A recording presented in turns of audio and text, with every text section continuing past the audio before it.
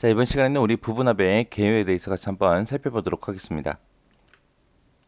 자, 부분합이다. 그러면 부분합은 많은 양의 데이터 목록이 있어요. 많은 양의 데이터가 있을 때 그 목록을 그룹별로 분류를 시켜요. 분류시키고 각 그룹별로 이제 계산을 수행하는 걸 보고 우리가 부분합이라고 그렇게 부릅니다. 각 그룹별로 이제 합계가 됐든 개수가 됐든 평균이 됐든 최대값, 최소값 이런 것들을 구하는 것들을 보고 얘기해요. 자, 실행시키는 방법은 이제 데이터라는 메뉴에 윤곽선에 들어가게 되면 부분합이라고 있습니다. 얘를 클릭해서 우리가 실행을 해주면 돼요. 자, 그럼 이거를 엑셀을 통해서 먼저 살펴보고 내용 같이 보도록 하겠습니다. 자, 여기 문제를 보니까 다음 데이터 목록을 사용해서 소속 부서별로 총점 몇 개를 구해라 라고 했습니다. 지금 여기 소속 부서에 보니까 뭐 개발부, 영업부, 뭐 기술부, 총무부하고 여러 가지 부서가 있죠. 이 부서들이 다 여기저기 흩어져 있어요. 그러면 이제 소속 부서별로 그렇게 묶어서 볼 수가 없어요. 그래서 우리가 먼저 이 소속 부서라는 거 별로 내가 보고 싶다라고 했을 때는 먼저 소속 부서를 기준으로 해서 우리가 정렬을 먼저 해야 됩니다. 정렬을 하게 되면 이제 개발부는 개발부끼리, 영업부는 영업부끼리, 기술부는 기술부끼리 그렇게 묶일 거 아니에요. 그죠? 그렇게 해서 우리가 데이터를 먼저 정렬을 먼저 시켜주고 그 다음에 이제 부분합을 해요. 부분합을 할 때 보니까 지금 여기 보니까 총점 몇 개를 구해라 그랬죠. 지금 여기 끝에 보니까 총점이 다 구해져 있고요. 각 부서별로 개발부는 총점이 총 몇 점인지, 영업부는 총점이 총 몇 점인지, 기술부는 총점이 총 몇 점인지 그걸 이제 구하라는 거예요. 자, 그래서 우리가 부분합이라는 걸 하기 전에는 반드시 뭐를 먼저 해야 된다? 정렬을 반드시 먼저 해야 되더라. 정렬을 꼭 하고 나서 그 다음에 부분합을 해야 우리가 소속 부서별로 우리가 묶어서 그런 합계가 됐든 평균이 됐든 그런 것들을 우리가 볼 수 있는 겁니다. 자, 해서 일단은 먼저 데이터 전체 범위 잡아주고요. 그리고 데이터라는 메뉴에 가서 정렬이요. 데이터라는 메뉴에 정렬 및 필터의 정렬이요. 해서 정렬이라는 메뉴에 들어가게 되면 지금처럼 이렇게 기준 추가하라고 되어 있죠. 여기서 우리 첫 번째 행위 제목으로 되어 있으니까 내 데이터에 열머리글 표시하겠다, 제목을 표시하겠다 해서 클릭을 해서 보게 되면 지금처럼 제목들이 쭉쭉 표시가 되죠. 여기서 이제 소속 부서 별로 볼 거니까 소속 부서를 기준으로 그냥 오름차순 할게요. 이 상태에서 확인. 그러면 이제 개발부는 개발부끼리, 기술부는 기술부끼리, 영업부는 영업부, 총무부는 총무부끼리 이렇게 다 묶였습니다. 이렇게 전부 다 묶어놓고 부분합에 들어가면 돼요.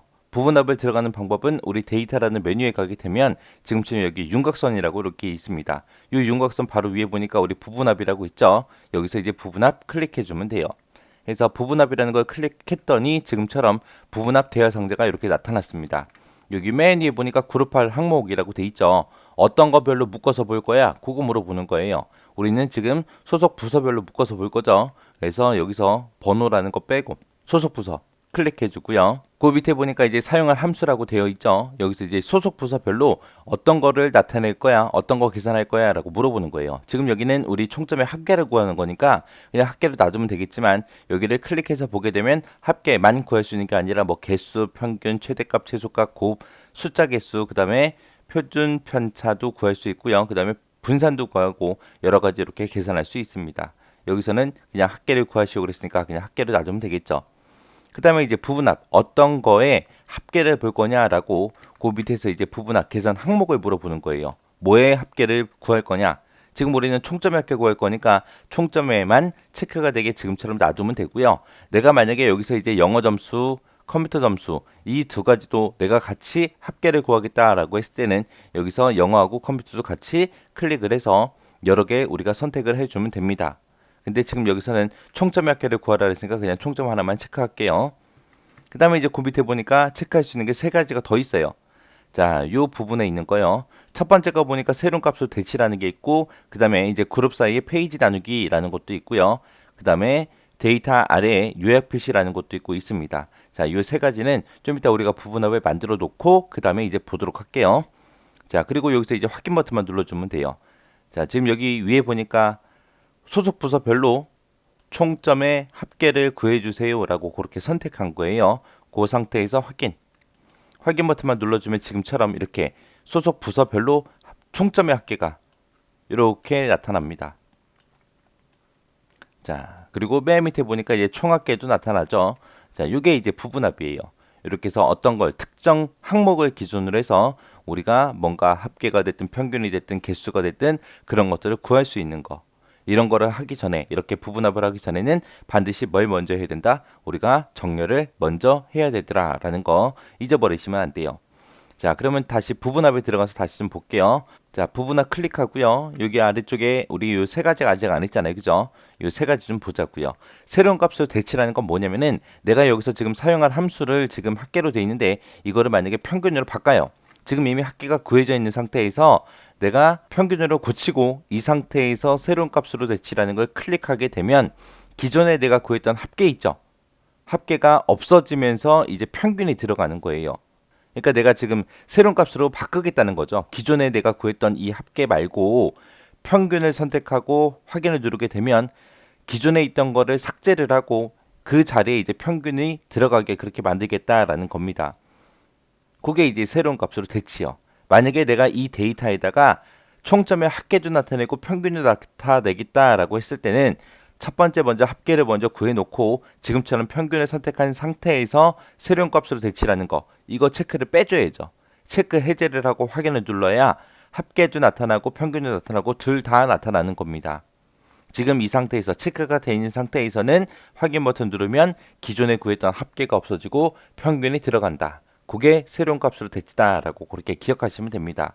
자, 그 다음에 이제 그 밑에 보니까 그룹 사이에 페이지 나누기라고 되어 있습니다. 얘는 뭐냐? 지금 우리가 구한 데이터는 소속 부서별로 우리 합계를 지금 구해놨잖아요. 그죠? 그 각각의 그룹 사이사이에다가 페이지 나누기를 할 거냐 안 할 거냐 그거 이제 체크해 주는 거예요. 내가 여기서 얘를 체크를 하고 확인 버튼을 누르게 되면 부분합을 구해요. 구하고 나서 각 그룹 다음에다가 우리 페이지 나누기를 자동으로 전부 다 삽입해 주는 게 요겁니다. 자, 그 다음에 이제 세 번째 거요. 그 세 번째 거 밑에 보니까 데이터 아래 요약을 표시할래 말래 체크하는 거 있죠. 자, 얘가 지금처럼 얘 얘기하는 거예요. 총합계. 얘 얘기하는 거고요. 내가 요거 체크를 해제하고 그냥 확인을 누르게 되면 이런 총합계 있죠. 이런 것들이 위쪽에 나타나요. 얘는 아래쪽에다가 표시를 할래, 아래쪽에 표시 안 할래 그게 아니라 이런 요약 같은 것들을 위에다가 표시할래, 아래쪽에 표시할래 그거 나타내는 거예요. 지금 체크가 돼 있으니까 아래쪽에 나타난 거고요. 요거 체크 해제를 하게 되면 이런 것들이 전부 다 위쪽에 나타납니다. 그리고 여기 보니까 모두 제거라고 있죠. 내가 부분합을 작성했는데 잘못 작성했어. 그러면 이제 원래대로 되돌려야죠. 그때 부분합에 다시 들어와서 모두 제거라는 거 선택해주면 원래 데이터 목록을 다시 표시해줍니다. 요런 게 이제 부분합이요. 자, 그럼 내용 보고 먼저 정리할게요. 자, 부분합을 우리가 작성하기 위해서는 첫 행에는 반드시 뭐가 있어야 된다?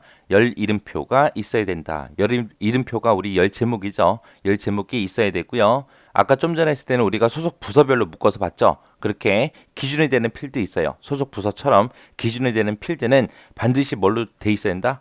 오름차순이든 내림차순이든 정렬이 돼 있어야 된다. 그래서 우리가 부분합을 하기 전에 반드시 정렬을 먼저 하고 그 다음에 이제 부분합을 실행을 시키더라. 그리고 부분합에 들어갔을 때 이제 우리가 합계다, 평균이다 해서 여러 가지 구했잖아요. 그죠? 그렇게 부분합에서 사용할 수 있는 함수는 합계도 있고 개수도 있고 평균, 최대값, 최소값, 곱, 숫자 개수, 표준 편차, 표본, 표준 편차, 표본, 분산 이런 것들이 있죠. 자, 이런 함수들을 보고 우리가 여기서는 서브 토탈 함수라고 그렇게 부릅니다. 그래서 이런 서브 토탈 함수다라고 하게 되면 우리가 부분합을 하기 전에 우리가 데이터 목록을 전체에 범위 잡았잖아요. 그죠? 많은 양의 데이터 목록 그런 것들이나 아니면 데이터베이스에서 우리가 부분합을 구할 때 사용하는 함수들을 묶어서 우리가 서브 토탈 함수라고 그렇게 부르는 거예요.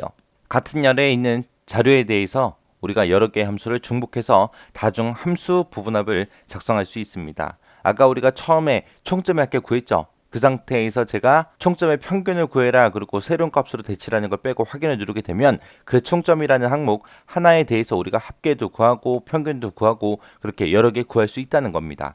그리고 부분합을 작성하게 되면 부분합 데이터 목록에 자동으로 윤곽이 전부 다 설정이 되어 윤곽이 설정되면서 윤곽 기호가 전부 다 표시가 됩니다. 이때 이제 부분합을 제거하게 되면 부분합도 당연히 삭제가 되는 거고요. 삽입된 윤곽이나 페이지 나누기 이런 것도 모두 다 전체가 다 싹 다 제거가 돼요. 그 다음에 우리가 부분합 결과로 차트를 작성해요. 작성하게 되면 화면에 보이는 그런 데이터들에 대해서만 우리가 차트가 작성이 됩니다. 자, 그럼 여기 윤곽기호라는 게 나왔는데 윤곽기호가 뭔지 좀 보자고요.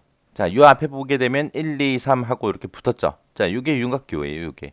이런 거 붙거든요. 지금 전부 다 마이너스가 붙었지만 내가 여기 있는 특정 항목을 선택하게 되면 이게 플러스로 바뀌어요. 그러면서 그 해당 데이터가 숨어버립니다. 삭제가 되는 게 아니라 숨어요. 이런 것들을 보고 우리가 윤곽기호라고 합니다. 자, 부분합을 작성하면 저런 윤곽기호도 자동으로 설정이 되고 윤곽기호도 표시가 되더라. 우리가 부분합에 들어가서 모두 제거를 선택하게 되면 윤곽기호도 당연히 없어지고 페이지 나누기 한 거 자동으로 삽입된 것도 없어지고 그 다음에 부분합도 당연히 없어지고요. 이런 것들이 다 없어진다.